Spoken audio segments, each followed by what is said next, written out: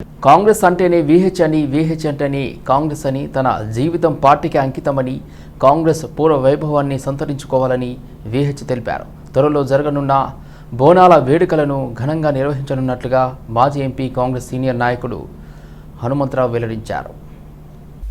తన జన్మదినాన్ని పురస్కరించుకుని హైదరాబాద్ అంబర్పేట్ మహంకాళి దేవాలయంలో అమ్మవారిని దర్శించుకుని స్వామివారి ఆశీస్సులు తీసుకుని అనంతరం వేద పండితుల ఆశీర్వచనం అందుకున్నారు. అనంతరం నియోజకవర్గంలోని మున్సిపల్ కార్మికులకు, మహిళలకు, పురుషులకు కొత్త బట్టలు అందజేశారు.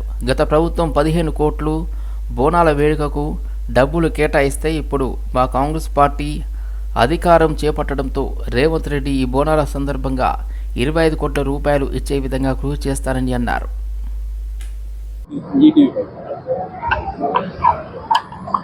జూలై 7th మహంకాళి బోనాల పండుగ, పోతరాజుల ఆట. ఇది తెలంగాణ సంస్కృతి. గత ప్రభుత్వం దీన్ని తెలంగాణ పండుగగా గుర్తించారు.